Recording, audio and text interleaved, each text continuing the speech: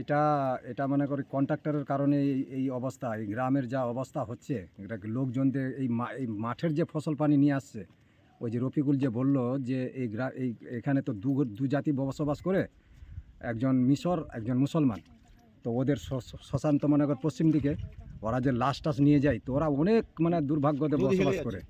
মানে মনে করতে হবে এটা নদী, মানে এই গ্রামের লোক অনেক মনে কর অসুবিধাতে ভোগাভোগ করছে। সমস্যার সমাধানের জন্য তো কালভার্ট করা হয়েছিল, তো সমস্যার সমাধান কি হয়েছে আপনাদের? না, কই সমাধান হয়েছে? এখনো তো ওই রকমই পড়ে আছে। ওরা কাজ করে এই ব্রিজটা করে ওরা পালিয়ে গেছে। আরো সমস্যা বেড়ে গেছে, আরো সমস্যা বেড়ে গেছে, বেশি করে সমস্যা বেড়ে গেছে। আগে ঠিক ছিল, মানে সমস্যাটা কেন হচ্ছে? সমস্যাটা উঁচা করে দিয়েছে।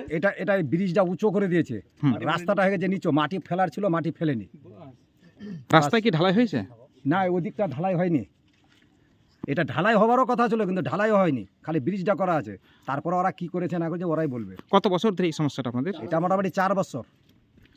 তো স্থানীয় জনপ্রতিনিধি প্রশাসনকে এই বিষয়টা জানাননি, আপনারা অভিযোগ করেননি? এটা কথা বলতে পারছি না সঠিক। আমাদের এখানে স্থানীয় মেম্বার সাহেব আছেন, সবাইকে জানিয়েছি, প্রশাসনকে জানিয়েছি, বিডিওকে জানিয়েছি, এসডিওকে জানিয়েছি, আরও উপর মহলকে জানিয়েছি।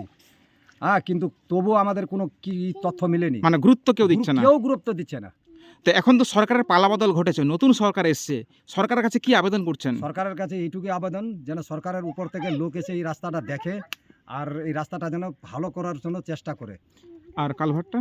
ক্যালভারটাই, ওটাই তো বলছি, যে ক্যালভারটা সহ যেন এই গ্রাম থেকে নিয়ে আর শ্মশান অবধি, এই মাঠটা অবধি যেন রাস্তাটা করার ওরা মানে করে ভালো করার চেষ্টা করে। আপনার নাম বলবেন? আমার নাম এনামুল হক, বাড়ি? গাঙ্গর।